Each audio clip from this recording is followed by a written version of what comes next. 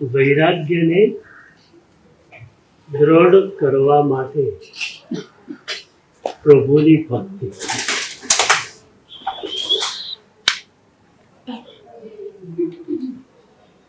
ભક્તિ એટલે હૃદયની ભીનાશ. પ્રભુને જોતા જ હૃદયની ભીનાશ આંખોમાં તરવરે, આંખોમાંથી અશ્રુબિંદુ ટપકે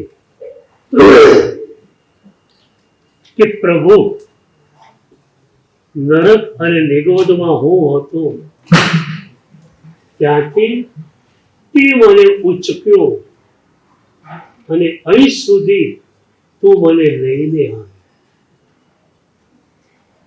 તારા રીણમાંથી હું મુક્ત સી રીતે. પ્રભુના રીણમાંથી મુક્ત થવાનો માર્ગ એક જ છે, પ્રભુની આજ્ઞાનું પાલન. બહુ જ મજાની પરંપરા આપણને મળી. આપણી નાનકડી કમ્યુનિટી પાસે કેટલા બધા તીર્થો, કેટલા બધા ચિહ્નો. આ એક શ્રદ્ધા હતી. મારા પ્રભુના રીણમાંથી મુક્ત થવા માટે હું જિનાલય બનાવું, પ્રભુની મૂર્તિ પધારું.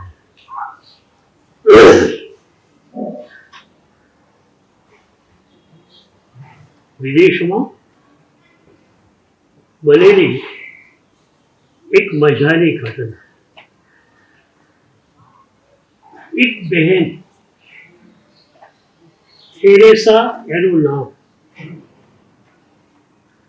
એની ઈચ્છા થઈ કે મારે પ્રભુનું મંદિર બનાવવું. યાદ રાખો, સારી ઈચ્છા પણ પ્રભુ આપે. કોઈ પણ સારી ઈચ્છા, સારો વિચાર આપણને આવે એ પ્રભુની કૃપા છે. એ વિચાર કાર્યમાં ફેરવાય એ પણ પ્રભુની કૃપા છે. એટલે મારો એક લોગો છે, we have not to do anything absolutely, he has to do. આપણે કંઈ જ કરવાનું નથી, પ્રભુની શક્તિ બધું કામ કરી રહી. તો થેરેસાને ઈચ્છા થઈ કે મારે મંદિર બનાવવું છે. એકવાર ગામના અગ્રણીઓ ભેગા થયેલા કોઈ પ્રસંગે, ત્યારે આ બહેન ત્યાં ગયા અને અગ્રણીઓને કહ્યું કે મારે મંદિર બનાવવું છે, તમે વહીવટ સંભાળો. અગ્રણીઓ નવાઈમાં પડ્યા કે બાઈના પતિ તો એક્સપાયર્ડ થયા, દીકરો છે નહીં,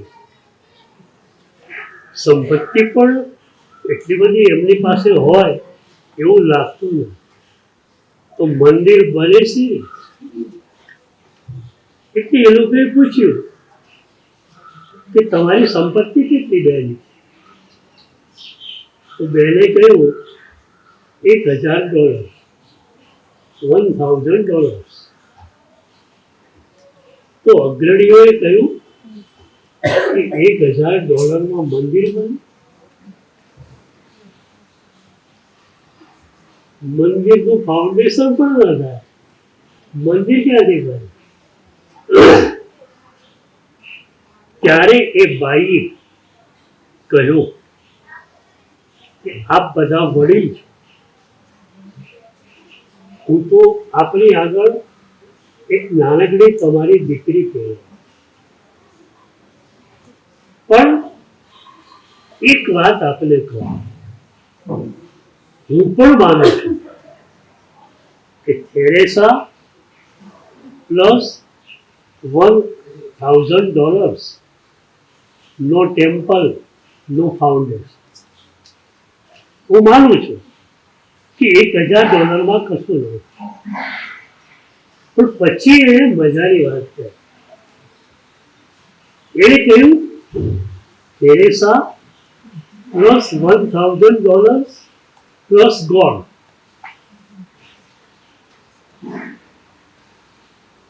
હવે મંદિર બની ગયું.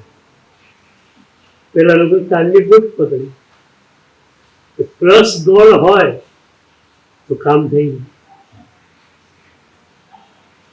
આપણા અનંતા જન્મો માઇનસ ગોડ થયા છે. આ જન્મ પ્લસ ગોડ થયો. કોઈ પણ કામમાં પ્રભુને જ આગળ રાખો. મારે કંઈ જ કરવાનું નથી, મારા પ્રભુ બધું કરશે. નંદીશીળ મુનિ પાલિતાણા ગયા, નો ટૂંકમાં ગયા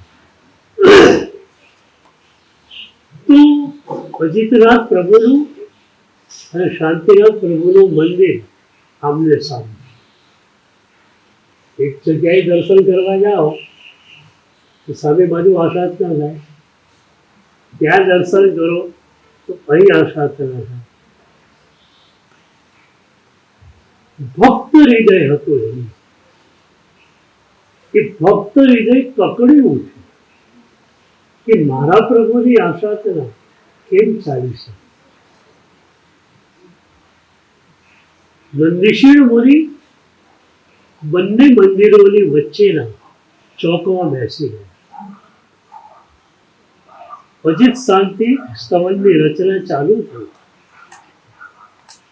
અને પછી એમણે કહ્યું કે પ્રભુ, હું તો સાવરણીની સળી પણ ભાગી શકું એમ નથી.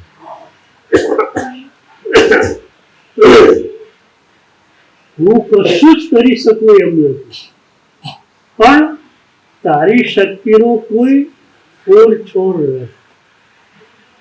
એટલે હું ઈચ્છું છું કે તારી શક્તિથી આમને સામને રહેલા મંદિરો આજુબાજુમાં આવે. બસ ફક્ત એક પ્રાર્થના, આમને સામને રહેલા મંદિરો આજુબાજુમાં આવી ગયું. તમે પણ ખરા હૃદયથી કોઈ પણ પ્રાર્થના કરો, એ પ્રાર્થના સફળ થવાની છે. કારણ તમારે કંઈ કરવું નથી, પ્રભુને બધું કરવું. પણ એક વાત છે, તમારે પ્રભુને સોંપવું પડે. તમે તમારા હાથમાં રાખો ત્યાં સુધી પ્રભુ કંઈ કામ નહીં કરે.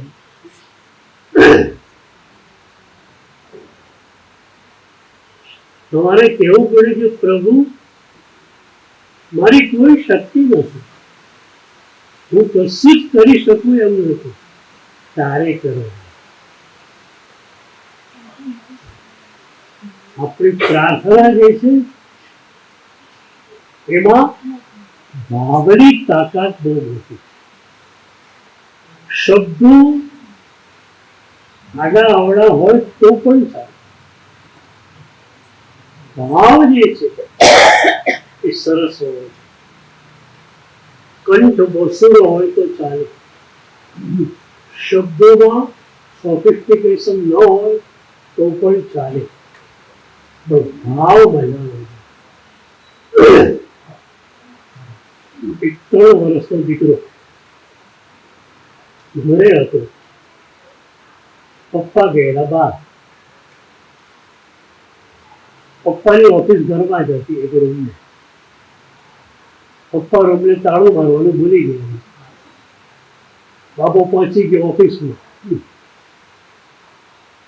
અને પપ્પા પેન ફોરીને કાગળ ઉપર લખતા એને પેન લીધી હાથમાં અને કાગળ લીધો. એબીસીડી તો આવડતી નથી. લીટમ લીટા ચોકડા ચોકડા એક કાગળ ભર્યો, પછી બીજો ભર્યો, પછી ત્રીજો ભર્યો. ત્યાં પપ્પા આવી ગયા. પપ્પાએ જોયું શું કરે છે. 3 વર્ષનો દીકરો પણ હાજર હોય ગભરાયો નહીં કરે. એટલે મારા ફ્રેન્ડ ને હું પત્ર લખું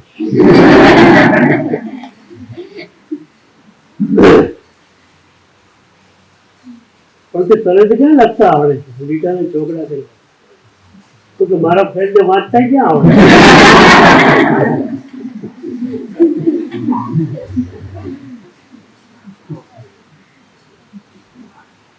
આપણી પ્રાર્થના એટલે લીટમ લીટા ચોકડમ ચોકડા. પણ પ્રભુ અંતર્યામી છે. પ્રભુ આપણા ભાવોને જાણે. એટલે તમે ગમે એટલા શબ્દો વાપરો,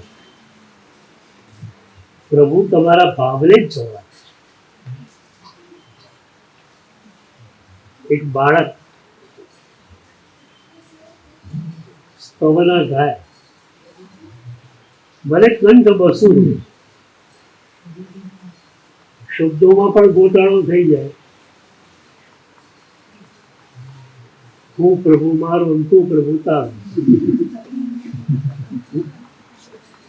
તું પ્રભુ મારો ને બદલે હું પ્રભુ મારો, તું પ્રભુ તારો.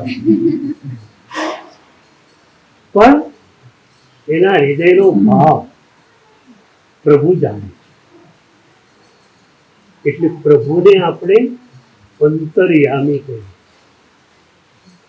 અંતર્યામી જે આપણા અંતસ્તરને જાણે છે, આપણા ભાવોને જાણે છે. ચંદનાજી પાસે શબ્દો ઓછા હતા, પણ જે ભાવ હતો એ આંસુ થઈને છલક્યો. અને ચંદનાજીના આંસુમાં એ તાકાત હતી કે પ્રભુને પાછા ફરવા. ભગવાનને બીજું કઈ જોઈતું નથી, તમારા 2 આંસુ જોઈએ.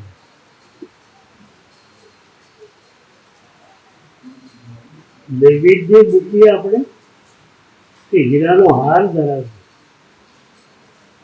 એ આપણી ભક્તિની વાત છે.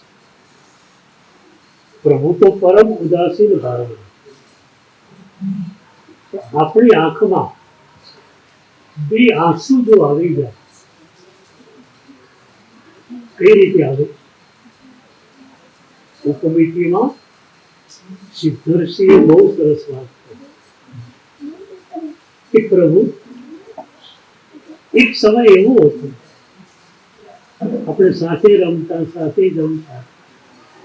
આજે એવું શું થયું કે તમે સંબંધને તોડીને સિદ્ધ સેવા પર જતા રહ્યા અને હું અહીંયા રહી ગઈ. અને પછી કહે છે પ્રભુ તું મારી માં છે. દુનિયાની કોઈ માં એવી હોય જે પોતે એર કન્ડિશન રૂમમાં રહે અને દીકરાને બહાર તડકાની અંદર શેકાવાનું. તો તું એકલો મોક્ષમાં કઈ રીતે જઈ શકે? એક બાળકની ભાષામાં હું તારું બાળક છું, તું મારી માં છે. તો માં થઈને તું મને મૂકીને મોક્ષમાં કેમ જઈ શકે? બાળકનો ભક્તનો એક વિશેષાધિકાર. એકવાર અકબર બાદશાહે સભામાં પૂછ્યું કે મને કોઈ પાટું મારે પગથી તો એને સજા શું કરે? એ દિવસે બિરબલ હાજર નહોતા અને બીજા બધાને બિરબલ ઉપર દ્વેષ. એ સારો બિરબલીઓ જવાબ આપે એટલે અકબર બાદશાહને તેમ જ રાખે. અને આપણે ગંભીર એટલું કહીએ તો રાજા ખુશ થયા. આ સારું છે, બિરબલીઓ નથી કે આપણે એવો જવાબ આપીએ ને રાજા ખુશ થઈ ગયા. અને એક જણો કે નામદાર, આપ તો શહેનશાહ છો દિલ્હીનો, આપણે પાટું મારે ને પેલો પગ કાપી નાખ્યો.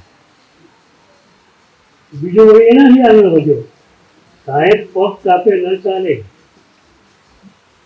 તમારું આવું અપમાન કરે ને એ તો ફાંસીની સજા. ત્રીજી વાત કરી, ચોથી વાત. પણ અકબર બાદશાહ એક પણ જવાબથી સંતુષ્ટ નહોતા.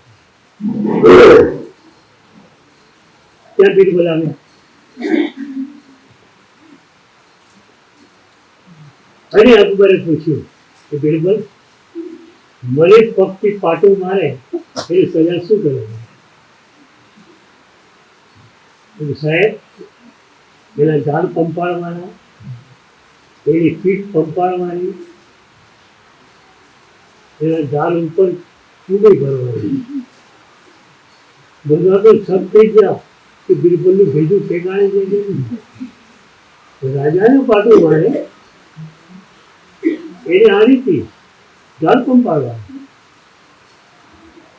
અકબર બાદશાહ ખુશ થઈ ગયા. વાહ, બરોબર જવાબ આપ્યો. પેલા બધા ઈર્ષાથી આમ ભરેલા જળેલા. બિરબલિયાએ શું કર્યું છે ખબર નથી. આપણે આટલી સરસ વાત કરી એ રાજાને ગમતી નથી અને આ બિરબલીઓ કહે છે એના ગાળ પંપાળવા, તો રાજા ખુશ થશે. તો અકબર સમજી ગયા કે બધાના મનમાં વિચાર આવે. એટલે અકબરે બિરબલને પૂછ્યું, તારી વાત તો મને ગમી ગઈ, તો તું જરા સમજાવ કે મને પાટું મારે એને ગાળ પંપાળવાનું એવું કેમ? તો કે સાહેબ, તમને પગલે પાટું કોણ મારે? તમારો દીકરો મારે, તમારો શાહજહાં. એ ગુસ્સે થઈ ગયો, તમે મનાવા જાઓ પગલે પાટું મારે. બાકી બીજા કોઈનું તો ભાન લેવાની છે કે તમારે ત્યાં આવે અને તમને પગલે પાટું મારે. એટલે મરવું હોય તો પગલે પાટું, તમને પગલે પાટું મારનાર તમારો દીકરો છે. અને દીકરો પગલે પાટું મારે, તમે એને બનાવવાના, તમે એને ગાળ પંપાળવા. ભક્તનો એક વિશેષાધિકાર, ભક્ત પ્રભુને બધું કહી શકે. તો સિદ્ધર્ષિએ કહ્યું કે મને મૂકીને તમે મોક્ષમાં ગયું. ભગવાન સાથે ચૈત્યવંદન કરો ત્યારે સ્તવન બોલવાના, પણ એ પછી એમને એમ વાત પણ કરી શકાય ભગવાનની. બાર પડે આપણો સસરે રમતા નવ નવ વેશની, આજ તમે પામ્યા પ્રભુતા. ભગવાન એમ આમ કર્યું તમે. તો ભક્તિ એટલે વિલાસ, ભક્તિ એટલે પ્રભુ સાથેનો સંવાદ, ભક્તિ એટલે પ્રભુની આજ્ઞાનું